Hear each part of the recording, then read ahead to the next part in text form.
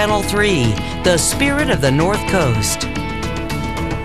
Good evening and thank you for joining us. Police are in the midst of a murder investigation in Eureka tonight of a priest from St. Bernard's Catholic Church. News Channel 3's Robin Ridpath has been following the story all day and is live. She updates us on this story. Good evening, Robin.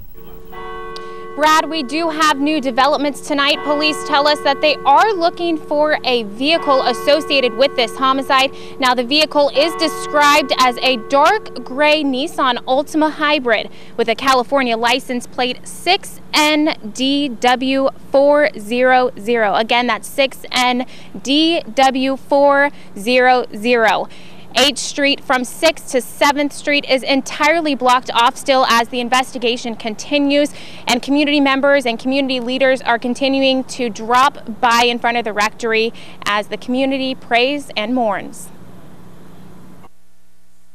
This was the scene around 10:30 this morning after police had the entire block shut down. This morning at about 9 o'clock, officers were summoned to this location to check suspicious circumstances in the rectory and found one person who appeared deceased. Officers wouldn't confirm who was found inside by church staff, but Mayor Frank Yeager says it was Reverend Eric Freed, who's been an influential part of the community for the past 3 years.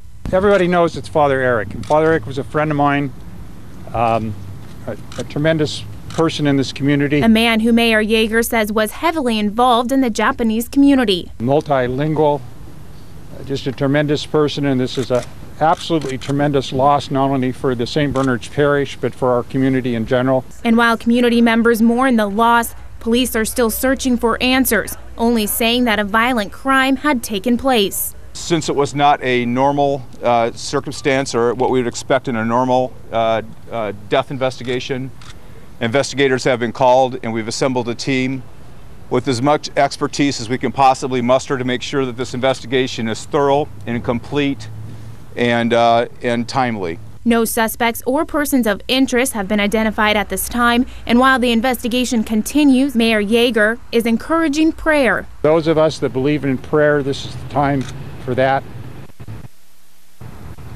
and hope we can find out who did this. Now, Chief Mills wouldn't comment on the crime scene itself or the circumstances that led up to this murder. He says the investigation is still just too early, but we will bring you the latest if any new developments do come about. Brad? Thanks, Robin.